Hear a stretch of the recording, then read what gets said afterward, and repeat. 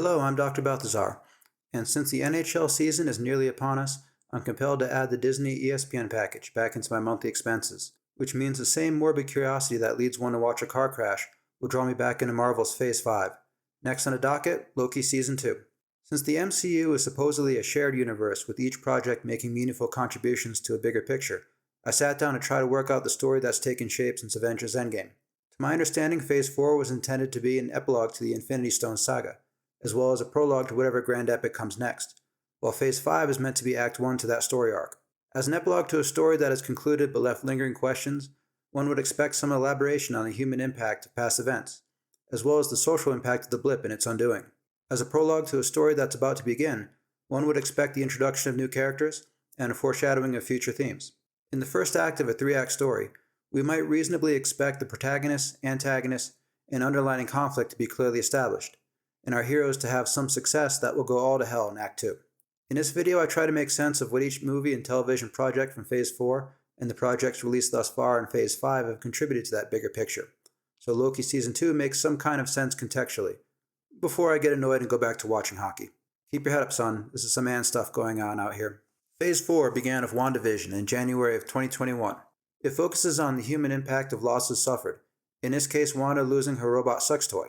I was just wondering, are you by chance a pleasure model? I mean, gentleman lover. Grief is a universal topic, with a lot of directions writers of poetry and prose can go in. In this story, Wanda deals with her grief by kidnapping a town and forcing them to play along with their fantasy world of denial. That would be an approach to grief one would want to avoid, although the show seems to justify it somehow in its closing scenes. They'll never know what you sacrificed for them. This would be akin to a psychopath kidnapping women to use as sex slaves, and then when they're compelled to release their victims, having a friend of theirs say, "These bitches will never know what you sacrificed for them." That's some morally bankrupt sociopath bullshit right there. So the message is, if you're sad, it's okay to do catastrophic harm to others to comfort yourself. How about no, Scott? Okay. Anyway, a new character named Monica Rambeau is introduced, although she isn't memorable enough for us to realize a character that matters in some way has been brought into the fold. The Falcon and the Winter Soldier followed in March of 2021, which sort of attempted to focus on the social impact of the blip, a terrorist group. You have to stop calling them terrorists. Okay, champ. A group who uses unlawful violence and intimidation, especially against civilians, in the pursuit of political aims, takes part in non-terrorist activities in response to the movement of capital after the blip was undone. Because if you're mad, it's okay to do catastrophic harm to others to comfort yourself. How about no, Scott? Okay. That's also some morally bankrupt sociopath bullshit right there. Captain America is swapped out for a more inclusive Captain America, although he's dumb as fuck and needs to do better. You've got to do better. No, stupid, you need to do better. You've got to do better. No, dummy, you need to do better. You've got to do better. I grow tired of you. Loki came out next in June of 2021. We've moved on from the epilogue to more of a prologue, but it doesn't exactly need to be a straight line of so many projects involved. The concept of multiverses is introduced as a central theme. Loki is semi-swapped out for She-Loki, and a variation of the main antagonist is sort of introduced. It's an approach to foreshadowing a big bad, I guess. Okay, not bad stuff for contributing to the big picture. Behind all the dizzying aspects of multiversity, you basically have the concept that there's a prison holding a big bad, and the wall of that prison has just been broken down, releasing we don't know what. That's fine for a prologue. Black Widow came out in July of 2021. Smoking hot but clearly bored as fuck Black Widow is swapped out for a dumpy Ana de Armas Black Widow, and other than that, it's a sideshow that doesn't contribute to the bigger picture. There's another round of morally bankrupt behavior in which the lead scientist in a project that kidnaps, brainwashes, and exploits young girls is given a free pass for her direct participation and all that, because sociopath bullshit, and Rachel Weisz still looks really good. We don't drop the hammer on pretty girls in movies, you know? Shang-Chi and the Legend of the Ten Rings followed in September of 21. It's a box checker for Asian Americans, and a sideshow of no contribution to the big picture. A new character is introduced in Shang-Chi, so maybe we have that in the assets column going forward. Wow, lucky me. Eternals came out next in November of 21. It's a box checker for as many underserved groups as one can imagine, and also a sideshow of no contribution to the big picture. Lots of new characters introduced, so maybe we have that in the assets column going forward. Wow, lucky me. Eternals and whatever the alien god things they were battling were surprisingly good of Thanos wiping out half the universe for reasons. Hawkeye was released that same month. It touches on some of the cumulative damage of being a superhero for a well-trained but otherwise ordinary person, which sort of falls under an epilogue theme of the human impact caused by past events. Hawkeye is swapped out for She-Hawkeye. A character named Echo is introduced, although she isn't memorable enough for us to realize a character that matters somehow has been brought into the fold. Spider-Man No Way Home closed out calendar year 2021. In terms of contributions to the bigger picture, we get some epilogue work with the impact of the blip, and prologue work on the mechanics of how multiverses can coexist, and characters can move from one to another. Although the mechanics on how all this works, and whether there's consequences to such things, is a bit vague, so the multiversal world building continues to be a bit dodgy. The member berries with the other Spider-Man franchises are nice, I guess, but all this comes off as a live-action version of 2018 Spider-Man Into the Spider-Verse that just isn't as well written. Moon Knight debuted next in March of 2022. It's a sideshow that introduced a new character of Moon Knight, and then couldn't get through its own series without semi-swapping him out for She-Moon Knight. Mental health was a theme it started to explore, but the writers either didn't research the topic well enough to say something about it, or they all just lost interest and started fucking around with the CGI.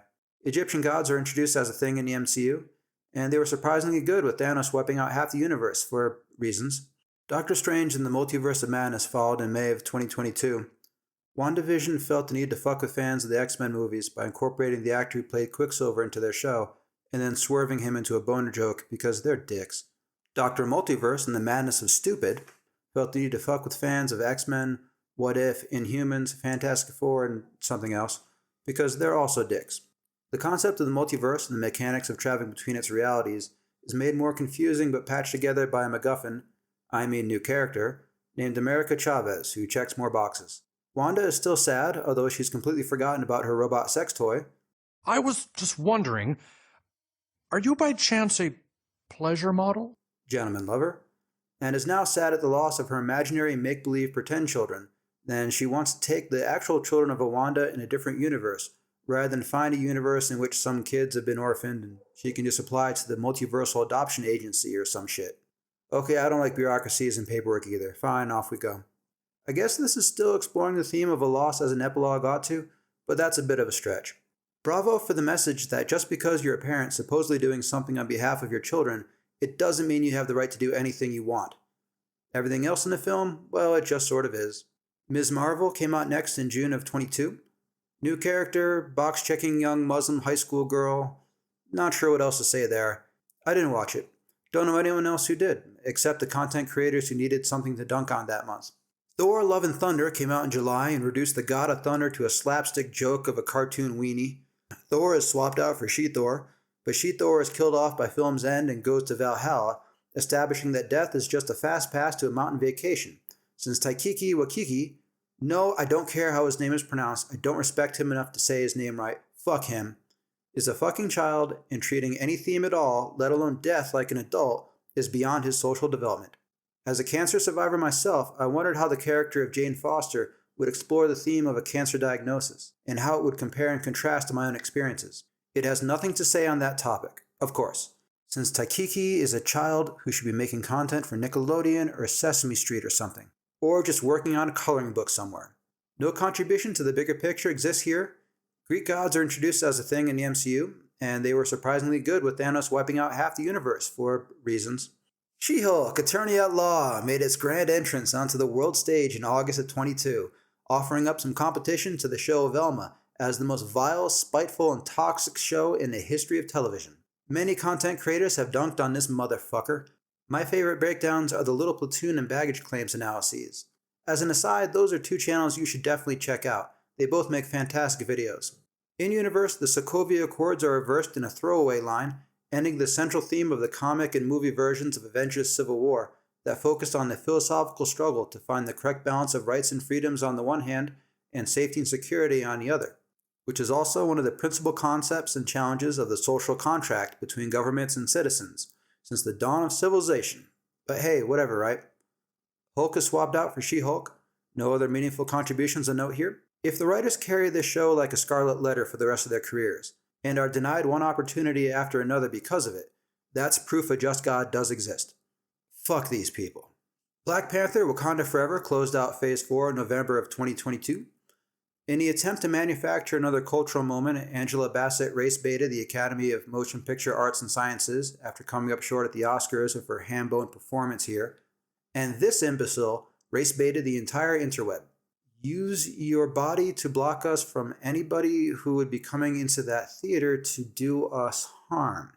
That's some worldview right there. I'm living a lie. I'm living a lie. Take me. I don't recall stories of lynch mobs assaulting theaters and volunteer groups of human shields turning them away.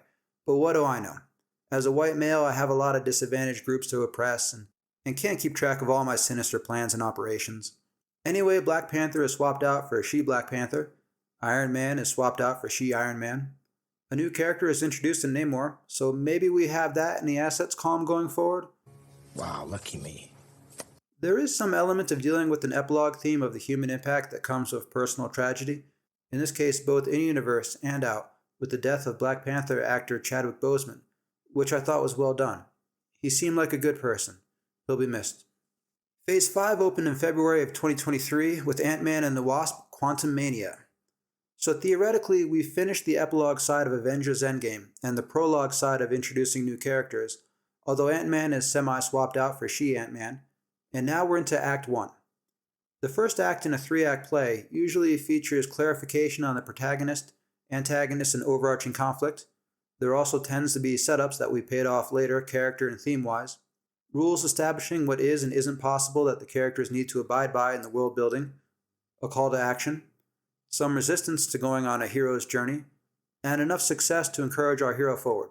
It can't exactly work like that in a multi-project expanded universe, but at the very least the main antagonist and overarching conflict can be made clear. How well does the movie do this to kick off Phase 5? Well, Kang is brought into the mix as our main antagonist, but it kills him off, so Kang is out of the mix.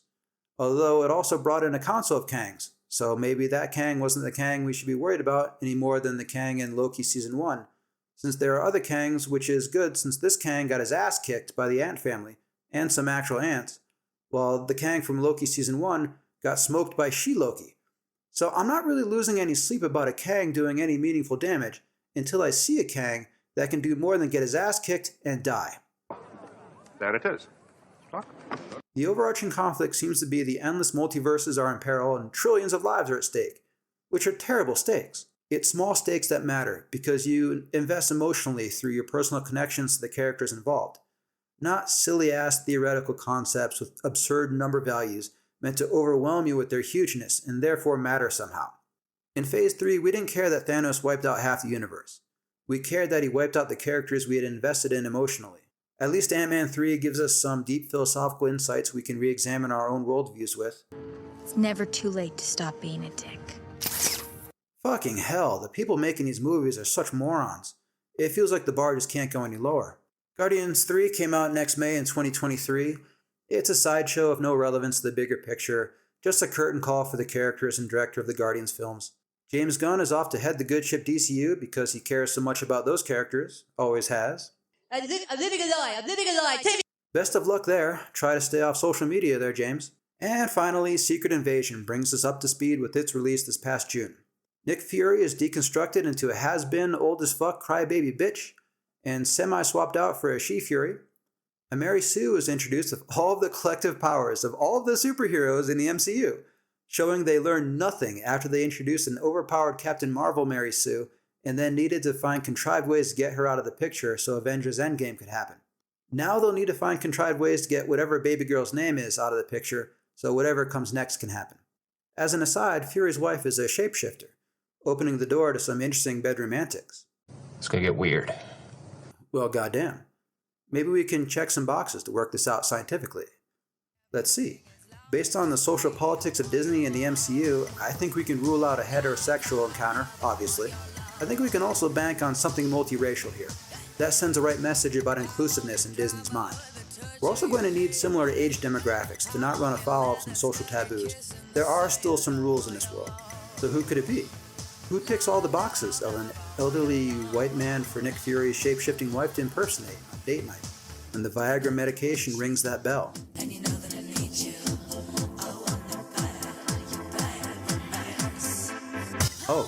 Oh no. Oh no! Yeah, motherfucker, I eat everything. I eat the pussy, I eat the butt, I eat every motherfucking thing. Yeah, I don't remember asking you a goddamn thing. But the science of box ticking supports it. No, that's bad science. Well, goddamn. Maybe Fury puts on a Donald Trump mask and they really build some bridges in the Fury household. Who knows? Maybe it's a love story we can all get behind after all. So in summary, the blip was a minor blip on the collective radar of the denizens of the MCU. Everyone got over their losses with a shrug except Wanda, who is dead. But a trillion other Wandas exist because everyone has a trillion copies of themselves, since the multiverse is a thing. But it's a thing in peril by another Kang, or a council of Kangs, or a trillion Kangs, or something to that effect. I still don't know. The original Avengers, Hulk, Hawkeye, Captain America, Iron Man, and Black Widow, are swapped out for She-Hulk, She-Hawkeye, Black Captain America, She-Black Iron Man, and not Black Widow. A lot of new characters are introduced. Which ones have relevance, I couldn't begin to guess at. The jury is going to remain out on which ones are the wheat and which are the chaff for now. And so Loki Season 2 is here to reinvigorate the MCU, teach us all how to laugh, cry, and love again. Well, good luck with that. Maybe we'll all be pleasantly surprised. Who knows, it can't be worse than She-Hulk. Nothing ever could be worse than She-Hulk. Anyway, that's my thought for the day. I'm Dr. Balthazar. Like what you like, don't what you don't. It's all your call, Kemosabe. Take it easy, everyone.